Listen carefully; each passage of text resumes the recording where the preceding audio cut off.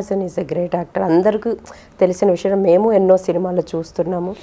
అంటే ఆయన ప్రతి సినిమాకి కూడా ఆయన నటనలో క్యారెక్టర్ కూడా ఎంచుకునే విధానం కూడా చాలా పర్ఫెక్ట్గా కొత్తగా ఉంటాయి. అలాగే భారతీయుడు అప్పుడు మనం 30 years మేబీ 50 years బ్యాక్ చూసాం సార్. ఇప్పుడు భారతీయ 2 రాబోతుంది సేమ్ శంకర్ గారి డైరెక్షన్లో. What is your expectations sir Bharatiya 2 గురించి? డెఫినెట్లీ నా feeling it will be a hit అండి. Film commercial film, repeated audience ఉంటారు. కమల్ హాసన్ ఫ్యాన్స్కి ఆయన డెఫినెట్లీ ఆయన వాళ్ళకి ఏం కావాలో డెఫినెట్గా ఆయన అదే కేటర్ చేస్తాడు. శంకర్ గారు ఏంటంటే ఓ స్టోరీ, ఆ శంకర్ దాంట్లో ఏంటంటే జనరల్గా ఇప్పుడు మోడర్న్ లైఫ్కి రిలేటెడ్ స్టోరీసే ఉంటాయండి. అంటే ఒక మెసేజ్ ఉంటుంది, సొసైటీలో జరుగుతున్న చెడు విషయాలు, లేకపోతే మెయిన్గా ఆయన జనరల్గా సొసైటీ, గవర్నమెంట్ వీటి మీదనే ఆయన స్టోరీస్ రన్ అవుతుంటాయి. కరప్షన్, మేము అప్పుడు శివాజీ చేసింది కరప్షన్ ఇన్ మెడికల్ కాలేజెస్లో అట్లా ఒక్కొక్క థీమ్ ఉంటుంది, వాళ్ళని దానికి అట్రాక్ట్ చేస్తాడు. సో డెఫినెట్లీ నా దీంట్లో cinema Bharatiya 2 will be it. And sir మీరు చెప్పినట్టుగా కమల్ హాసన్ గారికి ఇప్పుడు ప్రెసెంట్ 70 years స్టిల్ 70 కాదు ఆయన మరీ 70 చెప్పొద్దు మీరు. లేదు సార్, 70 కాదా? ఓకే, మేబీ సమ్ ప్లస్ అనుకుందాం, నేను 60+ అనుకుందాం.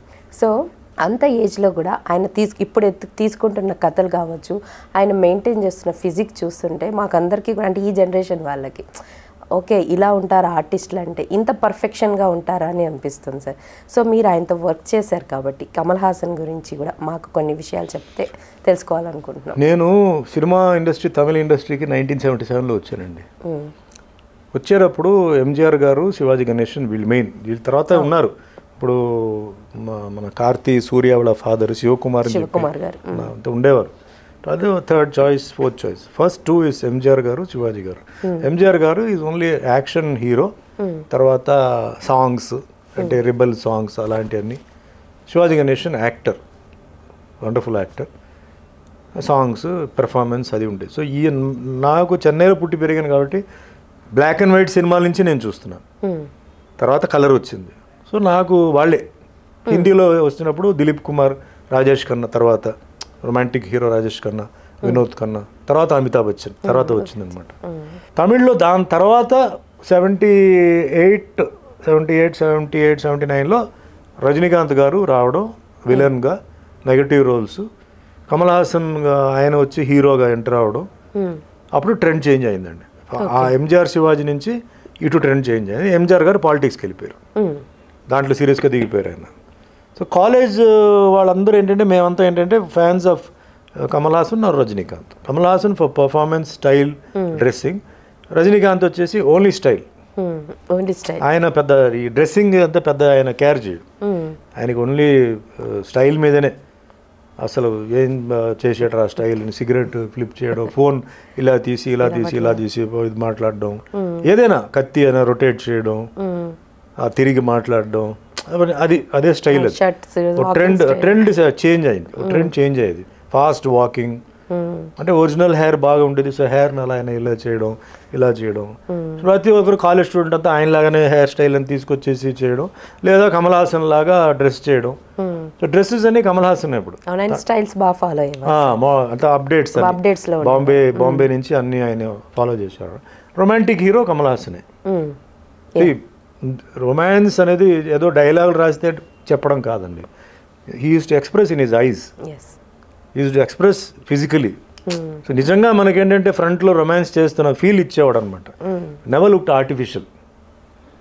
ఇట్లా ఇద్దరికి రెండు ఇది ఉండేది. సో మేము అలా చేసాం. నేను అప్పుడు తమిళ్లో చేసినప్పుడు నేను కమల్ హాసన్ గారితో 2 సినిమాలు చేశాను. ఫస్ట్ మీకు ఇండియన్ భారతీయుడు 1లో ఆయన మేకప్ మార్చాడు. మేకప్కి 3-4 hours అంటే పడుకు పెట్టేసి పైన అంతా ఇది మౌల్డ్ అన్ని పెట్టి, ఫారినర్ ఎవరో వచ్చాడు, అంతా పెట్టి దే మేడ్ హిస్ గెటప్. అది కొంత టైం వరకే ఉంటుంది, తర్వాత అది ఊడిపోతుంది. అది సో గబగబని ఆయన వర్క్ చేయాలి, బ్రేక్ అంతా ఏమి ఉండదు, కొన్ని గంటల వరకే అంతే ఉంటుంది. లోపల చెమటలు వస్తాయి కదా, ఆ చెమటలు వచ్చేసరికి అది పడిపోతాయి.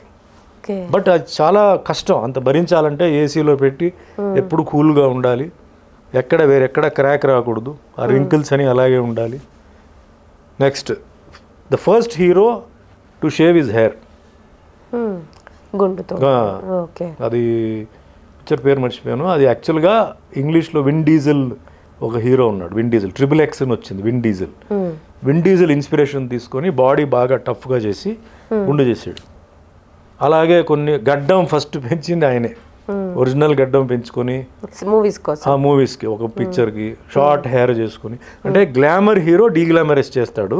బట్ ఆ సినిమాలో గ్లామర్గా ఒక పోర్షన్ ఉంటుంది.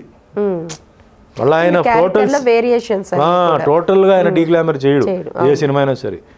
ఓ పోర్షన్లో ఫ్లాష్ బ్యాక్ ఎక్కడో చూడండి ఆయన ఒరిజినల్ కమల్ హాసన్ కనబడాలి. You take Nayagan cinema which came Maniratnam, young చూపిస్తారు. తర్వాత ఎప్పుడైతే ఓల్డ్ అయ్యాడు హెయిర్ అని చేసి వెనకాల కావాలని బట్టతలలాగా షేవ్ చేసుకొని ఇవన్నీ ధైర్యం అప్పుడు మా హీరోస్కి ఎవరికి లేదుగా. ఉండాలి ఫ్యాన్స్ ఏమనుకుంటారు. ఇప్పుడు తమిళ్లో కొన్ని హీరోస్కి కొన్ని వాళ్ళు రిస్క్తో చేసి ఈరోజు దేవ గాన్ అక్రాస్ అండి. Ajith hero is the only hero with white hair. అవును, సాల్ట్ అది స్టైల్ కూడా పెట్టారు కదా sir, salt and pepper style. మన వాళ్ళు ఎవరైనా పెట్టమని చెప్పండి, ఎవరు ధైర్యం లేదు, ఒప్పుకోరు. వాళ్ళకి ఉన్నా కూడా పక్కనే వాళ్ళు చెప్తారు వద్దండి మీ గ్లామర్ పోతుంది లేకపోతే ఏదో పోతుంది. జగపతి బాబు యాజ్ ఎ విలన్గా ఓకే, బట్ యాజ్ ఎ హీరోగా అదే స్టైల్ వేరే వాళ్ళని చేయమని చెప్పండి. యంగ్స్టర్గా అజిత్ యంగ్స్టర్గా he's got grey, not old getup కాదు నేను చెప్పేసి యంగ్స్టర్ గానే మూవీస్ చేశారు చూడు అదే వైట్ హెయిర్ తోనే. దాని తర్వాత వచ్చేసి విక్రమ్ పిక్చర్కి చేంజ్, ఆయన ఫిజిక్ హెయిర్ అన్ని అపరిచితుడు ఉందనుకోండి అంటే ఇంత హెయిర్ వచ్చేది. సో అట్లా వాళ్ళు అట్లా అది అంటే ఇదంతా ఇన్స్పిరేషన్ మళ్ళీ కమల్ హాసనే, ఇదంతా అక్కడి నుంచే వచ్చింది. కమల్ హాసన్ లేకపోతే ఓల్డ్ డేస్ విగ్స్ పెట్టేవారు. సో విగ్స్ లేకుండా ఒరిజినల్ హెయిర్తోనే ఎట్లా ఇప్పుడు దశావతారం సినిమా ఉందండి, ఎన్ని గెటప్లు అండి, విశ్వరూపం ఉంది ఎన్ని గెటప్లు అండి. సో కమెంట్ చేయడం చాలా ఈజీగా అందరు కమెంట్ చేస్తారండి, అదేదో అక్కడ బాగాలేదు ఇక్కడ నువ్వు చేసి చూపించు. 10 గెటప్లు 11 గెటప్లు చేయండి. చాలా కష్టం. లుకింగ్ టాల్ అండి, Kamal Haasan was looking 7.5 feet. Khan Abdul Ghaffar Khan ఒక క్యారెక్టర్ ఉంది దాంట్లో దశావతారం 7 feet హైట్, అంటే కింద ఇది వేయాలిగా, స్టిక్స్ పెట్టుకొని నడవాలి. మరి దాంట్లో నడుస్తాడు, పరిగెత్తి వెళ్తాడు, మరి ఎట్లా. సో నా లెక్కలో ఏంటంటే I consider him as the greatest young hero. Young hero. ఇప్పుడు ఆయన కూతురుతో రొమాంటిక్ సీన్ చేయమంటే కూడా ఆయన చేయగలుగుతాడు. శృతి హాసన్ని పెట్టి నువ్వు హీరోయా ఆవిడ హీరోయిన్ నువ్వు చేయి అంటే చేస్తాడు, చేయగలుగుతాడు, ప్రూవ్ చేస్తాడు. అంత కెపాసిటీ ఆయనకు ఉందండి. ఇట్స్ గిఫ్ట్ అండి, ఆ గిఫ్ట్ అందరికి రాదు. అంతే నటన, అది ఎవరు అనేది పక్కన గిఫ్ట్, గాడ్ గిఫ్ట్. అది 5 years అండి ఆయనకి, కల్లత్తూరు కల్లమ్మ 5 years. సావిత్రి గారితో ఫస్ట్ చైల్డ్ ఆర్టిస్ట్ ఉన్నాడు, అప్పటి నుంచి వచ్చింది. ఇది అందరికి రాదండి, అది చాలా రేర్గా. ఇప్పుడు మన దాంట్లో ఎన్టీఆర్ గారు దేవుడు characters, dialogue delivery, period film అది ఇది అన్ని చేసి ఆయనలాగా తర్వాత ఎవరున్నారండి, ఎవరు లేరు. అంటే ఆ లెవెల్ రీచ్ అవ్వాలి. డైలాగ్ మెమరీ పవర్ ఒకటి. అంటే రామారావు గారు నాకు అంటే నేను చాలామంది స్టాఫ్తో వర్క్ చేశాను బిగినింగ్లో. చైర్లో అలా పడుకొని కమాన్ బ్రదర్ చెప్పండి డైలాగ్ అంటే నిద్రపోతాడు అనుకుని వీళ్ళు సరిగ్గా చెప్పారంట. కళ్ళు మూసుకుంటాడు కదా, నిద్రపోతాడు అనుకుని ఆపుతారంట. ఏమైంది కమాన్ చెప్పండి అని చెప్పారంట. అట్లా వినేసి సరే వెళ్ళండి బ్రదర్ సెట్కి వచ్చేసి కమాన్ రిహర్సల్ చేద్దామంటే టప చెప్తాడు. అది గిఫ్ట్. అది కృష్ణ గారు 5 పేజీలు చెప్పమంటే 5,000 చెప్తాడు.